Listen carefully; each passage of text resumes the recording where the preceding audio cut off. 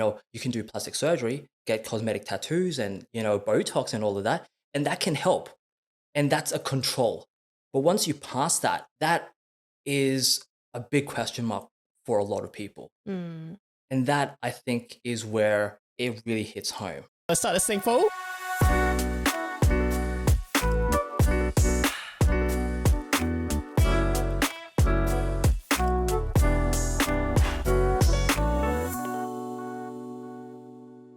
Hello, I'm Sam. And I'm Amelia. Welcome back to Ask the Joy podcast where we aim to build better mindset for better relationships. Yeah, and this week on relationships, we're going to be talking about relationship with the topic of aging because it is something that's inevitable and the aging population is definitely growing within the next decade or so. So we wanted to discuss this and we researched and just looked at some stats around what the aging population is looking like. And with the World Health Organization, it's saying that by 2030, 1 in 6 people will be over the age of 60 years old. That's pretty interesting, isn't it, right? Mm. So declining in infertility and increasing in longevity. Yeah. So it's good that we're living longer, but then the Mm. people who want to have kids or children, it's just becoming a decline. Yeah, you could say people are more focused on themselves, right? And we have someone special that I've known for quite a while. He was originally my physiotherapist and now a friend who has joined us to talk about this topic because he actually works closely in this space and has a bit of knowledge around aging population. So we'll bring in Leslie, who will just chime in and help us discuss this topic. So welcome. Welcome, Les. Hey, thank you. Thank you very much, Sam and Amelia, for inviting me today. I do think aging population, this topic it's a deep conversation.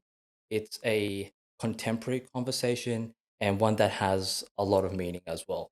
So thank you very much for inviting me today. For sure. We really wanted to learn more about it because eventually we're all going to get old, Yeah. right? Well, we're aging already, aren't Yeah. we? Yeah. As we're speaking. Yeah, Yes. aging as we Yes. speak. I can feel a wrinkle growing. Yeah. Yeah. I just want to see how what are your thoughts on this aging population and just us getting older in general? Yeah, so firstly, I think aging it's a big topic. It's very complex. Everyone's emotions, physical aspects, their thought processes about aging is going to be different based on their education level, their socioeconomic status, the culture, and even sort of looking at nationality as well. Aging in Australia is going to be really different to aging, say, in the USA versus aging in Japan versus aging in the subsahara, in Africa, for example. So my thoughts on aging is just going to be based on my perception, based on my experiences and my knowledge base, and really happy to share with everyone. But I guess something I'll pose to you guys, to sort of ponder about aging is synonymous with death, right? So you have life, you have aging, and you have death. Death is usually a taboo topic, Yep. and it's quite depressing. It's Mm. it's a really deep topic that a lot of people tend to avoid as much as Yeah, possible. like you don't want to think about it because, you associate it with dying or Exactly. It's like a negative connotation. It right? is. It Yeah. is a negative connotation. Like, what type of emotions would you guys have if I asked for you to walk into a cemetery? I'd be scared. Hmm. Yeah. It's like a sad kind of feeling because, Mm. people here are laying to rest. Yeah. And like, if you were to say work in an aged care facility, how would you feel if you had to look after older people that are at the end of life on a daily basis? How would that impact on your life as well? I don't think I could do that because I feel like I'm a person who can feel or see or just empathize with people too much Yeah. to the point that I would actually feel or just want to be over considerate. So to be in that type of role and watching people who are just struggling and is nearing to that end of life, it's just too sad for me. Mm. Absolutely. Yeah, I think for me, I deal with a lot of clients who do work in like aged care and Yeah. I give it to them. because they, It's a hard job, I think, yeah, you're emotionally. surrounded with, as you said, like people who are aging, coming to the near of life, and for them to be able to support them and be there as their support mechanism as life progresses, it's, yeah, it is really sad. Yeah, because you're working, but you're watching people who may potentially be struggling as Mm, well. Like Yep. even just getting up, lying back down, like those type of yeah. struggles. It's hard. I think outside of that, though, it's forming that bond and that relationship with that person too. Mm, Yeah. I think that's the saddest thing. That's a really big point. It's that emotional attachment, isn't it? If you build up that rapport, that relationship, and someone passes away that you've been looking after for months, maybe even years, it's hard. it's hard. It's like losing a friend, maybe even like if you're so close, maybe even like a Family distant family member, member. yeah, So it can be pretty tough. yeah. Yeah. I wanted to also ask though, why do you think people fear aging? Like your perception. I think number one, thanks for asking that question. That's big. It's big. So, why do I think? I think the fear of aging, as we sort of mentioned, it does link with death. And there is a phenomenon called death anxiety. A lot of uncertainties. When you get older, there's a lot of things that can be quite volatile in terms of your health. You can't control that. The main risk that I see is there's the longevity risk. Okay, there's the cognitive risk. You also have your health risk as well. Then you've also got the financial risk. You see, these are some of the bigger risks that you need to face when you're getting older. And when you're facing with these big decision making, life changing choices, it can be quite overwhelming for people. Obviously, these are like the big pillars. There's the emotional part of it as well. So if we tap into emotions, aging can be more closely associated with loneliness. And we've Mm, experienced that, during COVID far more markedly than before. It's being brought up in media headlines far more often about loneliness, about having mental health issues. So these are some of the things that I'll tap into, which I think can cause fear of aging. And because it's such a big unknown, like you can't tell what's going to happen in the future as Yeah. well. I think that's also what's bringing fear in terms of thinking about aging is like you just don't know what's going to happen.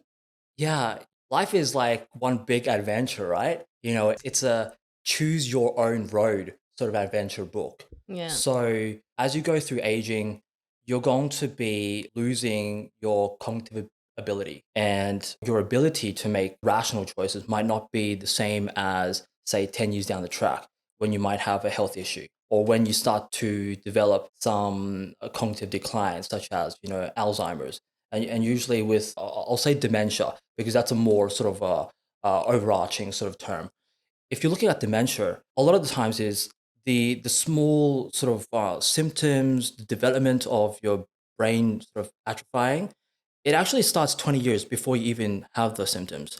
So these are things that occur is as a progress. It's not a one-off event. And I'd say that for aging, it's a process. It's not an event. I'm not going to say, Amelia, you have just aged today. Yeah. Or like you Like, break an arm where it's like more it's instant. yeah, it's not something that you sort of see and you define right now. So yeah. Yeah. Yeah, I think that's actually pretty true when you put it in that perspective because it's a progress that you see over time. And I Mm, think that most people they'll probably see things that happen to themselves like as they age, right?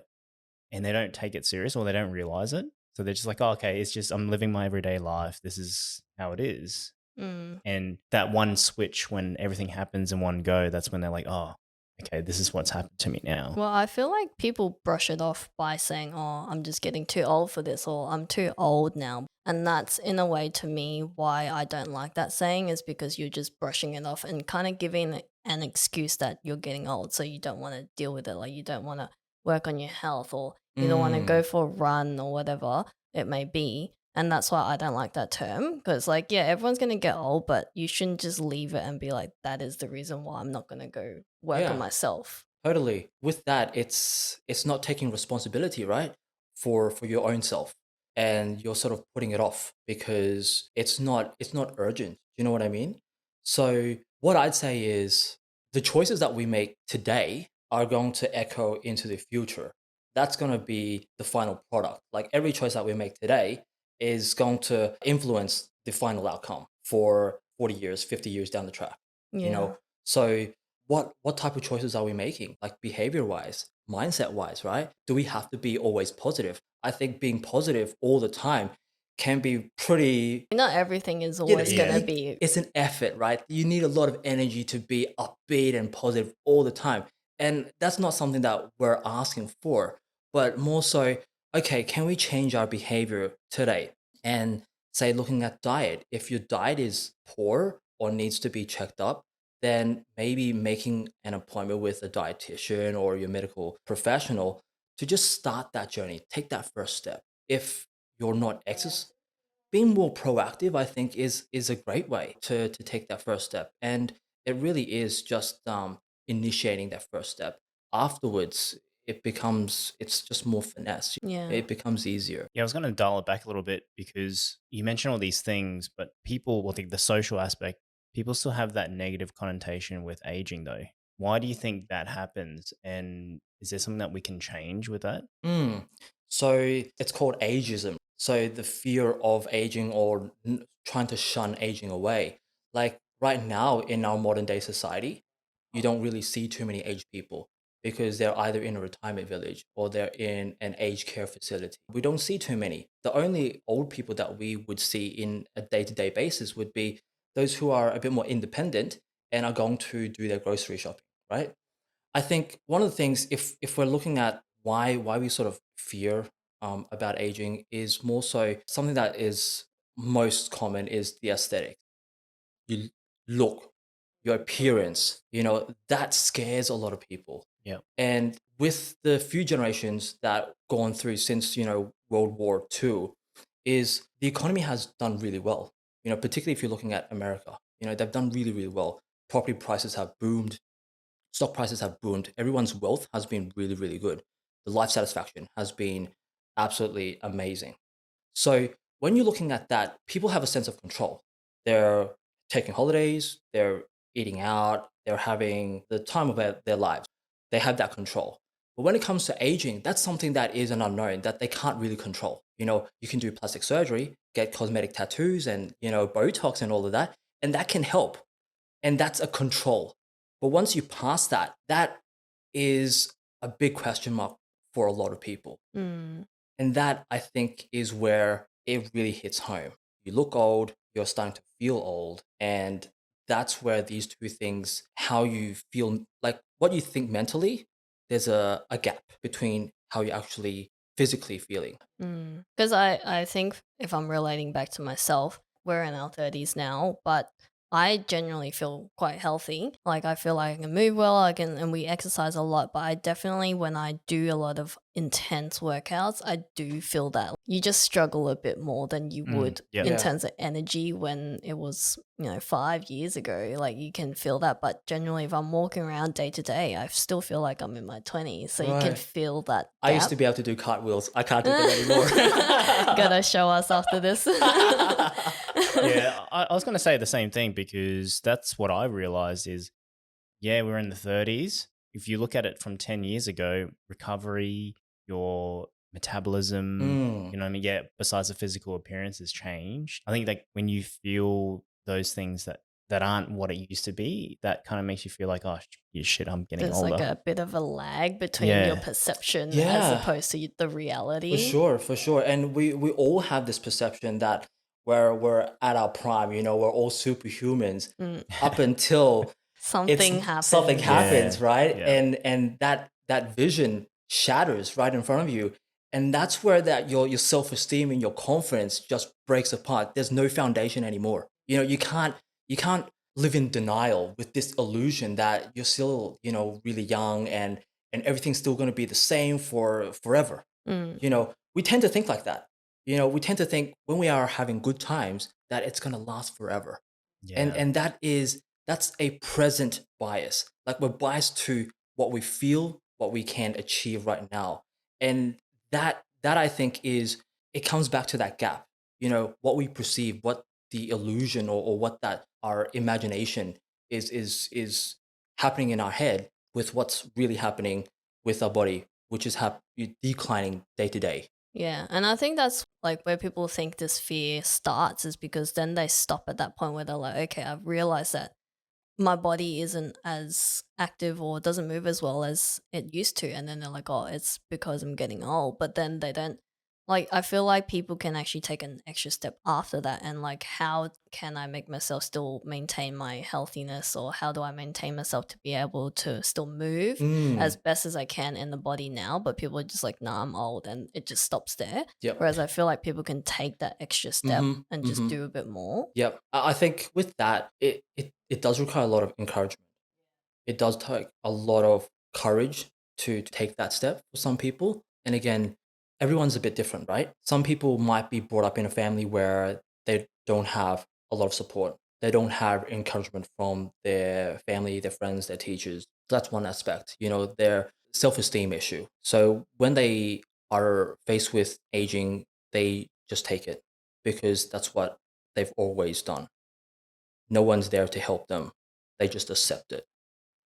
Then you've got the type that have the ability but choose not to do anything, and that's just a lazy habit. And that's something that you can do something about, right? Yeah. Okay, and then you've got the other type, which are proactive. I have a problem. Maybe it takes a bit of time to go through that accepting phase and then redirecting that energy of feeling grief or anxious and directing that into like an action, and managing it. How do I manage it? Do I seek professionals? Can I manage it myself with research? Or can I talk to people who have gone through that process to get some advice, a mentor perhaps? Like these are all avenues that people can take to take that next step and go, hey, I'm aging. Well, what is it with aging? Is it appearance? Is it that I am starting to lose my mobility? Like I'm weaker? Can I do something about it? Is it my hearing, or is it my vision? Are these things that I can take necessary steps to try and address before it becomes too late? Mm, Yeah, that's yeah. a pretty good point. That's why they say the age old tale is do it while you're young, right? Because you're young, you can expense all the energy to That's do whatever Yeah. right. you need to do. That's right. But those things that you just mentioned is actually a pretty good way to think of things, right? And from your perspective, do you think that's a better way to have a better relationship with aging? I think so. I would agree with that. I think a lot of the times is with fear, it's a thought process, isn't it? And usually reality is totally separated from that thought. There is a gap. There's a distance between that. So in order to go through, I think acceptance is one of the key things. Being honest with yourself and going, look, it's okay, it's natural, and it's common to fear about aging. Everyone's going through that, but we might not talk about it openly because it's a weakness, right? No one wants to be exposing their vulnerabilities to everyone, right? So they try to maybe hide it or they put it aside. But it takes a lot of strength and a lot of courage to be honest with yourself and then go through and try. I think trying is a really key. Mm, yeah. So, with all those things mentioned, do you think people should be fearing getting older or aging, or Hmm. I'm not sure if I should be using the word should, you yeah, know, Yeah. but like a lot of research has shown that for people who are in their midlife, that fear of aging is at its peak. And then it slowly tapers off. Once you get to about your 60s and 70s, that fear of aging or fear of death, starts to lower. yeah, So fear is common. Should we fear it? I would like to say no. Don't fear aging, embrace it. But everyone's journey, everyone's experience is really different. yeah, Yeah. Like, if I was to look at myself, should I be fearing aging? I think when I was in primary school, no, I didn't fear aging at all. because it's Uh, so far Yeah, away. it's Yeah. so far away. And you go through phases, right? You go through phases. I think when you're having a good time, you don't fear about aging, you know. But when things are a bit tough, then you start to have a lot of thoughts, right? It comes through your mind and you're going, okay, things are pretty tough. Life is really hard at the moment. what's going to happen in the future for me when I'm going to be more frail, when I'm probably going to be a bit more dependent on others? Who is there to assist me, perhaps? Or how can I rely on myself? These are the things that I think people should be spending their energy more on, and not too much on the fear component. But I do want to stress that fear is common, it's natural, it's okay to have that. It's part of being human. Don't be too hard on yourself if you are fearing it. But if it is affecting your day-to-day life, like if you have death anxiety, which is like a true phenomenon where you're always anxious about end of life. You're not taking holidays because you're fearful that maybe your aunt, your grandma would pass away while you're overseas, for example. If you're having these thought processes that are affecting your life satisfaction or your quality of life on a day-to-day basis, then that's going to be a bit more pathological. And that's something that I would say you would need to have a talk with a professional about, maybe a psychologist about, just so that you can do some behavioral therapy perhaps to try and overcome that. But the normal, having fear, I think that's okay. Mm. Yeah, no, that's really, really good advice. Yeah, just something more in the direction of, because you work in that space or seeing a lot more clients who are in the elderly situation, and you do physiotherapy for them, is that right? Yeah, that's Yeah. right. So what are some things that you can pick up on, as we are probably having more parents who are getting older, or people around us are getting older? What are some things that we can look out for in terms of like just watching out for them and being like making sure that they're healthy, they're doing the best that they can for themselves? So now we're sort of shifting the focus on more sort of elderly loved ones, right? Yeah, like Whether people that, around us, yeah. or even for ourselves to think about in the future. Absolutely. So with my line of work, I look after elderly patients who are in the community, and then you've also got the ones who are in residential aged care. So I'll probably start off with, what we should be maybe having a look at, focusing on with the community side of things, because they're usually a bit more independent. So if we're looking at that, one of the major issues are falls. So when you're over the age of 60, the chances of you having a fall, or having an sort of having one fall and then having a fall afterwards, it does increase by 30%. So falls is a really big thing. It's one of the highest number of hospitalizations like in the world. Jeez. Wow. So that's a big one. So having a fall, trying to prevent it, preventing falls, I think is a big one, for elderly loved ones. How do we go about preventing it, right? Yeah. So if you're seeing through observation, right? If you're having a look at maybe your mom or your dad who's walking and they're a little bit unsteady, it just seems a bit off, then that's probably a good sign just to start that conversation and say, what's sort of happening, and there could be a plethora of reasons. Is it because they had alcohol last night? you Mm. know They just like had too much of a they, party like, last Yeah. night. so if that's the case, well, just, yeah, have a rest, don't have Mm. too much alcohol. But if it's something that's a little bit more serious, they've been feeling this for a long time, a bit unsteady with their legs. Is it weakness in their legs? Is it a balance issue? Do they have vestibular problems? Is it their eyesight that's having a problem? Or is it because of sensation, and is it because of pain? These are some really common things that, once you identify it, you need to start that conversation to then see, okay, what can we do to try and help? So falls is one that we want to identify. Number two is how they staying independent at home if they're living by themselves, right? If they're living in a single story, I think usually the problems are less complex than, say, someone who's living in a old unit or an apartment where they have to overcome stairs. Okay, so looking at that, do they have support networks? Like, these are all really key things. Other thing would be, okay, if we're identifying falls, right? What about them being able to do the laundry by themselves? Do they have adequate strength in their arms? Do they have adequate movement in their shoulders to reach onto the clothesline? Because if they don't, they're going to be finding like a small stool, right?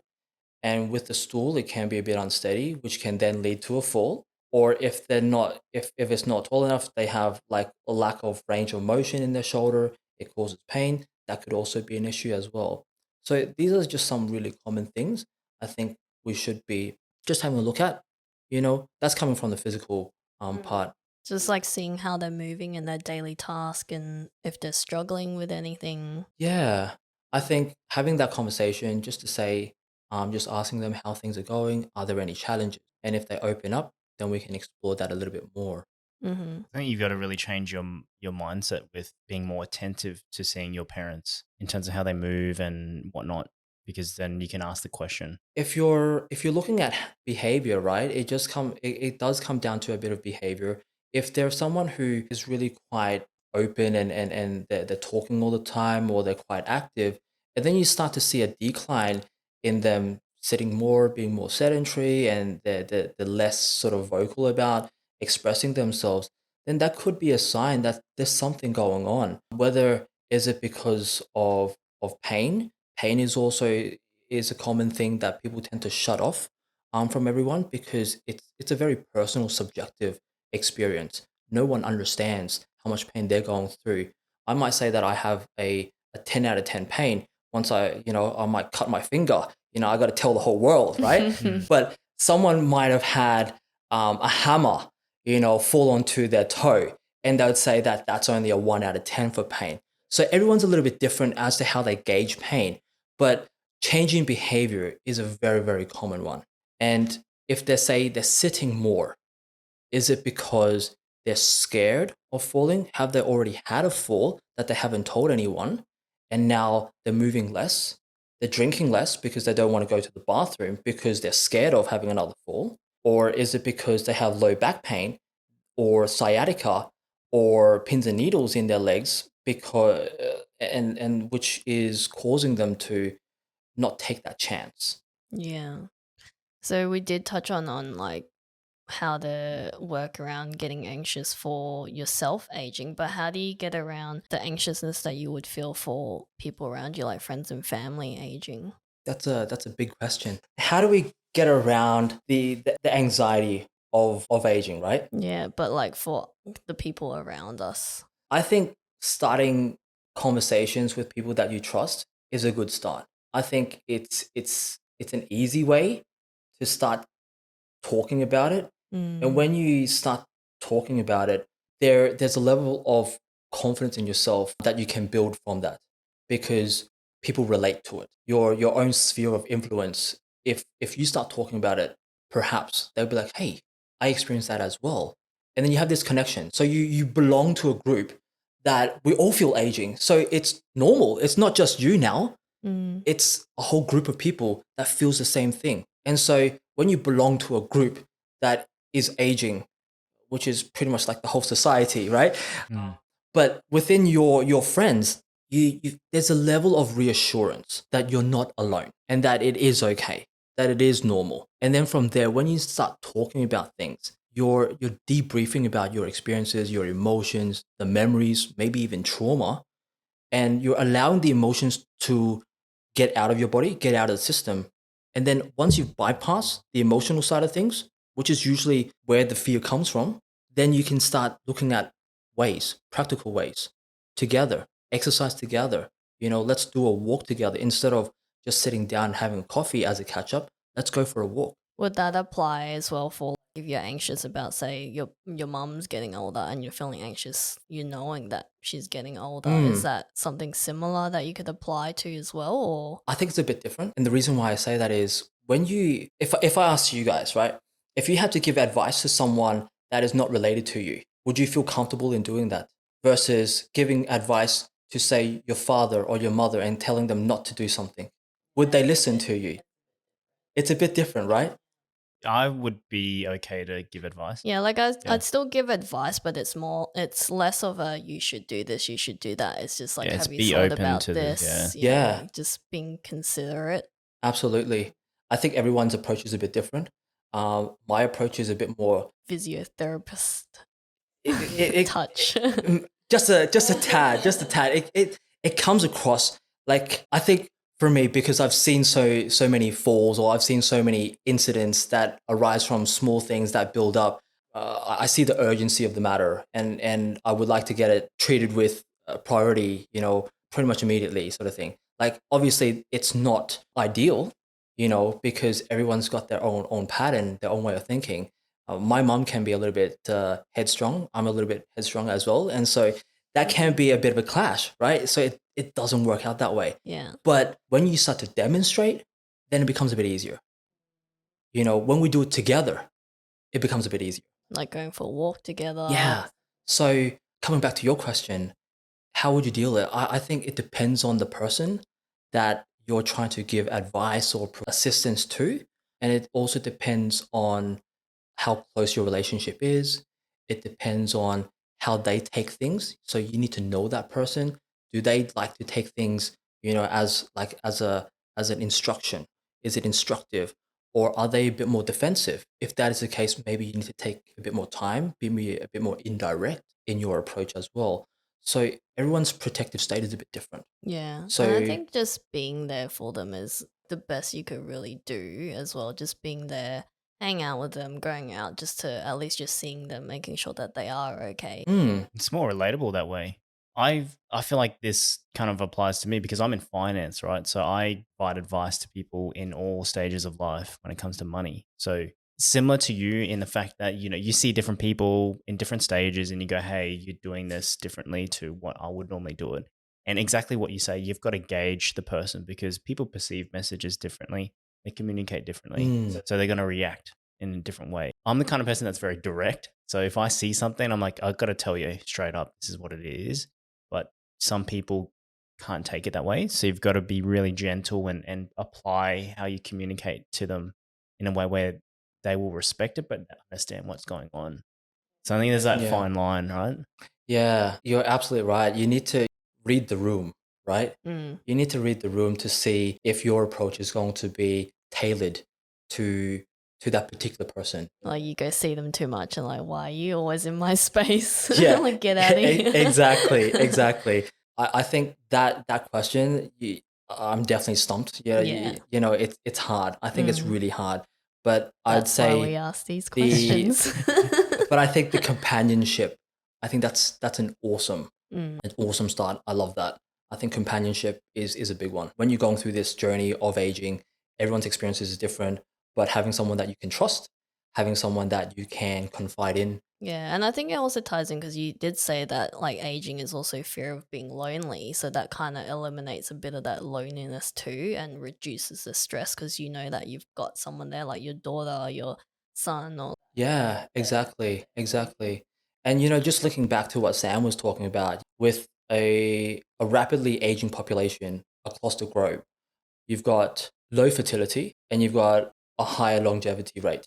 When we're looking into the next decade, it's already happening right now where people they're delaying getting married, they're delaying having children or not having children. This is going to be a big issue because a lot of people will not have that luxury of having children to support them. They may not have a partner or a supporting network to help them as well. So that adds to that loneliness part. And I do think that that could be a major challenge yeah. for Yeah. all of us. That's actually really true because I feel like the way the society is going is the perception of life has changed and everyone has to work harder to achieve things. But not only that, but people are more focused on themselves. And I think that's just with the direction of how society is going and the expectations that we put on ourselves. Absolutely. I think this drive, the underlying foundation is capitalism, isn't it? Like everyone's striving for that X amount, whether that's coming from your career or investments, finance, right? So everyone is really driven about, okay, what can I achieve for myself? And so it distorts the values. Back in like the industrial revolution, every family would have maybe 3, 4 plus children, right? Yeah. Even Because 10, like someone has some Yeah, crazy like amounts. Yeah. yeah, exactly, 10 children. And that's because back then child mortality was high. There was also children, they were a utility, right? You had more children, they could work for you, make more money, Little right? minions. Yeah, like little minions. Yeah. But yeah, it has shifted over the times. looking after a child, education and all these extracurricular activities, plus with the burden of financial stress right now, with inflation and high interest rates, it does become extra difficult. We're looking at in Australia at the moment where the inflation rate is really high. We're still trying to tame it. When you're looking at Japan, where they have one of the highest aging populations in the world, and their fertility rate is at the lowest, same thing with Singapore and South Korea, it's not even at the replacement rate, which is 2.1, okay, which means that their population is declining, Yeah. Yeah. which is crazy. If you're looking at that, then the question begs, who's going to be supporting these older people when they're nearing retirement? Where are you going to get the labor force, these young people, to come and nurse them, to look after them for their care needs? It's going to be a big one. Yeah. Well, Yeah. even running like general businesses in that country, like, cafes or wherever, just to go and eat, there's no one working there because they're all old. Exactly. Yeah. So it's just thinking about that. Yeah, that's kind of sad, don't you think? Hey, like when Yeah. you think about it, and when you put it in that perspective, it's just like, geez, what's happening? Mm. It seems really gloomy, but my intention is not to paint it that way. But if you start looking at, say, China right now, their youth employment or unemployment rate is at 20%. So from what I've read, 15 to 24 years old, unemployment rate is around 20%. And the way that they get around it is they stay at university for longer, but that doesn't ensure them that they will find a job at the end of that journey. Some are pretty witty, where they they call themselves full-time children, where the mom and the dad pay them to stay at home and cook and do groceries. So like that works if your mom and dad can afford you to be a full-time child, right? Yeah. It's Wow. so that's one of the things that it's changing, and with the shift in how we're perceiving work, right? It's becoming a more of a gig economy. People are more casual work. When you have a look at that and you don't have that safety net of having a stable income, some security, home ownership is going to be an issue. And if you're going to be renting up until your 50s and you're still getting a paycheck, but when you start getting close to a retirement and you're preparing for retirement, then that becomes an extreme issue. The choices you make now is going to have major ramifications when you're going to be 60 or 65, because you may not have a deposit for a house. You may not be a homeowner. And so there's this great divide. Once you're 60, you're making less of an income, there are less employment opportunities for you. Financial risk is a really big one, because how can you afford rent when you're only getting, I don't know, how much is the government paying, pensioners nowadays? I don't know. It's not much. Like Yeah. it's not much. It's not even considered comfortable, Yeah. and then you haven't even factored in medical expenses. How do you go about predicting your health risk? That's one of the pillars that we talked about right at the beginning, the health risk. Like if you start to have a declining health and you need medication and it's not on the PBS, how are you going to afford that? Is it going to be paying the electricity bill, or is it going to be paying for meds? These are big ones. Longevity risk. If you're in that population where you are old, you're maybe not poor, but you're not super well off, right? Then longevity risk is going to be a big issue. If you're living 15 years more than what you anticipated, and you don't have that money, then what's going to happen for the next 15 years? It's Yeah. not going to be quality of life. The reason why I'm trying to paint this sort of picture is because it is happening. There's a lot of Australians, and being in Australia, we're already very fortunate that we do have the Medicare system. There is Centrelink. The welfare is really good, but there are still so many people who are in the poorer socioeconomic status that have high chances of cancer because they're living on a main road, because of the toxins coming from the roads, because noise pollution. All of these increases their chances of cancer. If Australians, the vulnerable people in Australia, are experiencing this or having these challenges, then it will have ramifications on the other parts of our society as well. That is That's scary. it's scary, but it's also bloody Yeah. deep too, right? Yeah. But it's also like that is the reality. It is reality. And I'm sure like a lot of your listeners, hey friends out there, it's not that bad. All right. You're probably doing much better than that. But when you paint it like that, you feel the gravity of the situation, and you start to get an appreciation that, hey, I'm actually in a pretty good position that I can actually do something about the next 5 years or 10 years. Perspective. So why am I not taking that next step? Like what Mm. you were asking, how do we go about managing aging, the fear of aging or the anxiety of aging? When you put it into perspective, these people that have no options versus you who have some options, why are you not taking that luxury? Yeah, Like you have that option to do it and be proactive about it. yeah. Based on what you've just smashed us with that deep information. Have been lost for words. I do apologize, guys. No, it's it's fine. good. We like that. Like we like getting deep. So. No, it's good. Would you say after all that you've mentioned, the younger people now in today's society, would you say proactiveness specifically is the thing that they need to implement to overcome The snowball the effect. snowball effect of aging and all these issues in terms of health and the things that you see in your profession? Again, thank you for that question. You've definitely thrown the ball back to me. It's a We're big playing one. a bit of tennis here. I think looking at advice, things that we can do right now for people who are a bit younger, right? I think number one is if we go back to those risks that we were talking about, the health risk, the cognitive risk, the financial risk, and the longevity risk. If we're having a look at, okay, let's go to financial risk since we just talked about it. Financial risk. What can we do right now that can at least give us more options down the road? Savings is a big one, right? Delayed gratification is another big one. Not having too much present bias, being able to have some time to sit down and think about what your future might entail. I think these are really good starts. And then you start delving deeper into, okay, well, now I've got savings. I might have a roof over my head right now. Are you renting? Are you a homeowner? Like, that's another topic that we could talk about for like Yeah.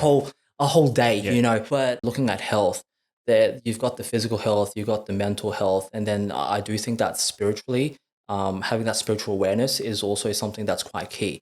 We've been talking a lot of science right now, and now I throw in something about spirituality. It sounds a little bit off-putting, or a bit. I think they all have importance though. Yeah. Yeah, from my perspective, I do think that spirituality plays in with mindset, how you see yourself as you are, and how you are within this society, within this world that we're living in. And when I mention about spirituality, it doesn't mean that you have to be believing in like a particular religion or a faith. It's more so having that appreciation. If you look at Mother Nature, there's so much awe in it, like life. We are another earthling, appreciating We that. could be Yeah. aliens We according could to be, other right? species We on could another. be, right? So I think that's something that I might just throw out there, like you don't have to dig deep into it. But with our, I think Sam mentioned before about right now with our society, it is becoming more fast paced, people are a bit more self-centered, maybe narcissistic, to the extent. Like if you start to focus too much on yourself, you lose vision of the periphery.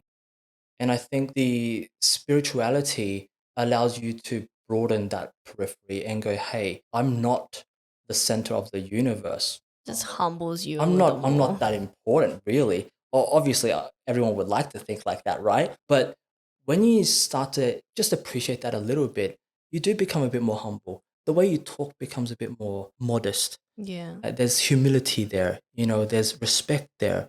And I think these are key fundamental values that will help someone in their journey of aging. Yeah, I think it's also remembering to be grateful for, just every moment each day. And that over time, as you build that muscle memory for gratitude, aging isn't as scary because you're appreciating everything that happens to you each day, right? So yeah, like when Absolutely. you age, you have less regrets. Like you're not Mm. like, oh, I didn't do this, I didn't get to do that, but you appreciate the small things. Like I got the chance to try the best drink I've ever had in my life. Like just the small things like that. I think Yeah. that really helps to build from a younger age too. Like it shouldn't take till when you're old and you're like, oh crap, I'm not happy with my life. I love it. I love it. You've just reminded me, being grateful is so important for the small things. Yeah. When you're most at peace, when you're most comfortable, it's usually when you're experiencing the most simplest form of life. And simplicity is elegance. Damn, that's some It words of really wisdom. is though. Like, because Yeah, some it is. people, they're just so fixated on all the things, like maybe problems or issues. Like, they're all valid reasons, but if you're only fixated on the challenges, the problems, then you miss out on all the things that you can be grateful for. And then that's how you waste your time. Then next minute, you're 50 years old and you haven't appreciated anything that happened in your life. Yeah, for sure. I can understand why people are fixated. That's human nature. We see the problem, we're like, oh, we're focused on the problem, we're stressed about it, and it takes bloody practice to oversee that and overcome That's that. why they Right? have those gratitude journals and like, journal prompts in Yeah. the morning that you do. And yeah. That's right. That's right. Just expanding on that, when you're looking at both the good and the bad, it reminds me actually of Taoism. There's the yin and the yang, right? There's always a duality in everything that we see, everything that we do. So with that, like when you see the bad, there has to be some good. There has to be some good. Okay, I'll paint a picture, right? So you might be in agony, pain all around you. Surely there can't be any good in that, right? Like it's psychological trauma. Physically, you're in pain. You're debilitated. What can any good come out from that? My thinking is, if you are in pain, the pain itself, it's sort of like a circle. It's like a sphere. Okay, that is your sphere of the environment, and then inside of that, you've got the sphere of your control. Okay, you need to start focusing on what you can control, right? And that's where you start looking at relativity. At the moment, I do have pain, but can I still walk? Yes, I can. So when you start to look at these things that you can control, that you can do, and you do these mental exercises with yourself, you'll start to have the idea of gratitude to go, I am not that bad. And when you have that, you will feel okay. It's not going to fix the situation, but at least mentally, you're in a better headspace. Yeah. I actually have a really interesting story. So I have this colleague who I think she had sciatica or something, like some sort of nerve pain in the lower spine. So generally people are like, oh, now I'm in pain. It's difficult to walk. And she has the best mindset. She's just like, at least I don't feel the pain because it's numb. And she's just like walking, like just slowly walking around. But I think it's just like things like that. People seeing life in that way where there is still some good in that challenge that they're facing at that point in time. Yeah, absolutely. And like coming from that example, the mindset is really good, but it also takes a lot of courage, a lot of bravery to do that. When you're seeing the world through dark lens, it is so hard. Yeah. It is so hard. Just the energy that you need to put into it to try and flip it upside down and make it brighter. It is tough. It is really tough. And to do that by yourself, even tougher. Yeah. Yeah. Yeah. Gee. Well, we're running a little bit short on time, but we did want to touch on, because you have 2 books. I think one's in Chinese, right? And Yes. one's an English one. Did you want to talk a little bit about that and how that also ties in to okay. mindset? So is this the time for me to hard sell my books? Hard Yes, it sell. is. Go hard or go home. So yeah, there's 2 books. The English one is called Remember Who You Are. And it just talks about That sounds being so wise already. Yeah. Deep. it just talks about authenticity, connecting with who we are, being comfortable with who we are. So that's the first book. The second book, which is in Chinese, that one is I can't remember the name actually. Your own book, you don't ever remember. I don't remember the English name. Well, you say Translation. Chinese. You say in Chinese. It's fine. The Chinese is 当你老了，不用向别人解释你自己， So in English, it's called, English title is Staying Young While Growing Old, Stories of Possibilities.